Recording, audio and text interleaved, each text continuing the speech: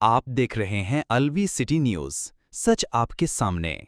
देखते रहिए Alvi city news, सच आपके सामने। नमस्कार दोस्तों, आज मैं आपको एक ऐसे कलाकार से मिलवाने जा रहा हूँ जिसका सफ़र धामपुर से तय हुआ और पूरे हिंदुस्तान में उसने तहलका मचा दिया। एक नुक्कड़ नाटक शुरू हुआ था, एक अनपढ़ शाम, जिसमें किरदार निभाया गया पोस्टमैन का। हम खुद इंतज़ार करते थे कि पोस्टमैन कब आएगा। बच्चे इंतज़ार करते थे, जब छोटे छोटे थे, छोटे छोटे बच्चे कहते थे पोस्टमैन कब आएगा।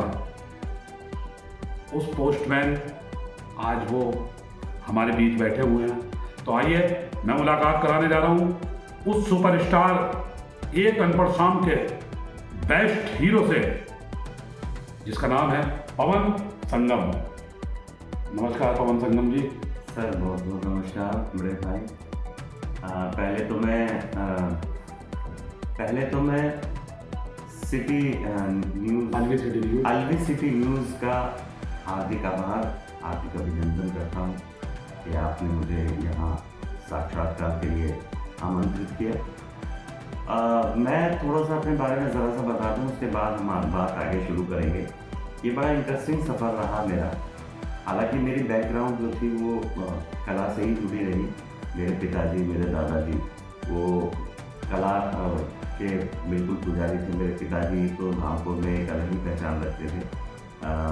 आप और हमारे बड़े भाई नाजिम साहब बहुत अच्छी तरह उनको जानते हैं। श्री जानकी प्रसाद जी जी जी उनको धामपुर में रामायणी के नाम से जाना जाता था। सब जानते होंगे।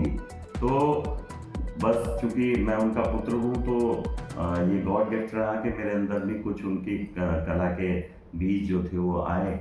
और वो जब धीरे धीरे बड़े हुए, पौधा बनना शुरू किया उन बीजों ने, तो अपने आप ही स्वतः ही ये गॉड गिफ्ट रहा कि मेरे अंदर कुछ चीज़ें आई, शुरू से ही आई। अब इत्तेफाक ये हुआ कि जब मैंने इंटर कर लिया तब तक मैं थोड़ा गाना बजाना शुरू कर दिया था, कुछ लिखना शुरू कर दिया था। ये थोड़ा थोड़ा करके मिक्स मेरे अंदर सारी चीज़ें थी। अब मैंने इंटर किया और मैं ग्रेजुएशन में आया तो एक श्री भानु प्रताप जी थे, वो आए हमारे कॉलेज में, एनुअल फंक्शन था, मैं उसमें पार्टिसिपेशन कर रहा था।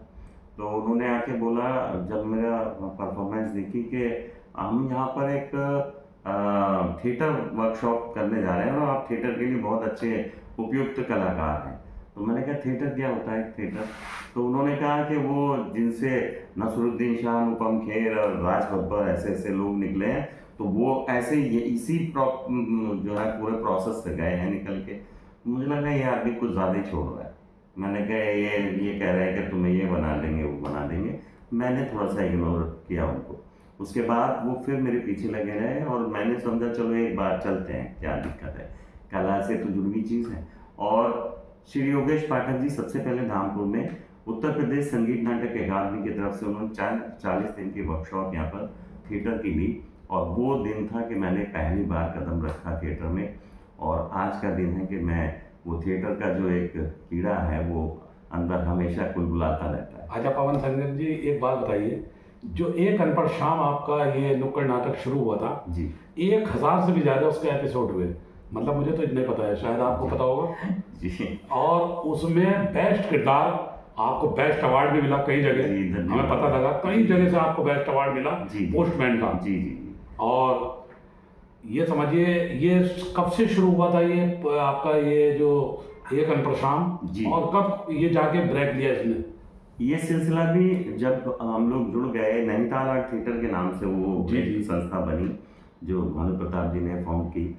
उसके बाद उस संस्था में हमने कई नाटक किए। उसके बाद मेरे जो बहुत आध्यात्म के गुरु, मेरे थिएटर के गुरु रहे हैं डॉक्टर अभिजीत कुमार मंडल, वो इस संस्था के संस्थापक थे। वो यहाँ पर आए और उनका 2 नाटक यहाँ पर उस समय पे हुए जब हम धामपुर में पीक पे पहुँच चुके थे। और ये समझिए कि थिएटर ने अपना पूरी अंगड़ाई लेके पूरे यौवन पे था थिएटर। और 2 नाटक यहाँ पर तैयार किए गए थे। एक नाटक था अंधेर नगरी चौपट राजा और एक नाटक था चोर चरित्रम। अब चोर चरित्रम नाटक वो हमारे बड़े भाई श्री सत्यराज जी का लिखा हुआ था। सत्यराज जी कैसे जुड़े ये भी एक बात थी, क्योंकि वो भी कलाकार का उनके अंदर पहले से ही एक बीज पड़ा हुआ था। तो वो जब नाटक देखने गए थिएटर हमारा, उन्होंने देखा तो वो बड़े प्रभावित हुए और उन्होंने अनिल जी के माध्यम से मुझे बुलाया अपने घर, और फिर उनसे मुलाकात पहली उनके घर पर हुई।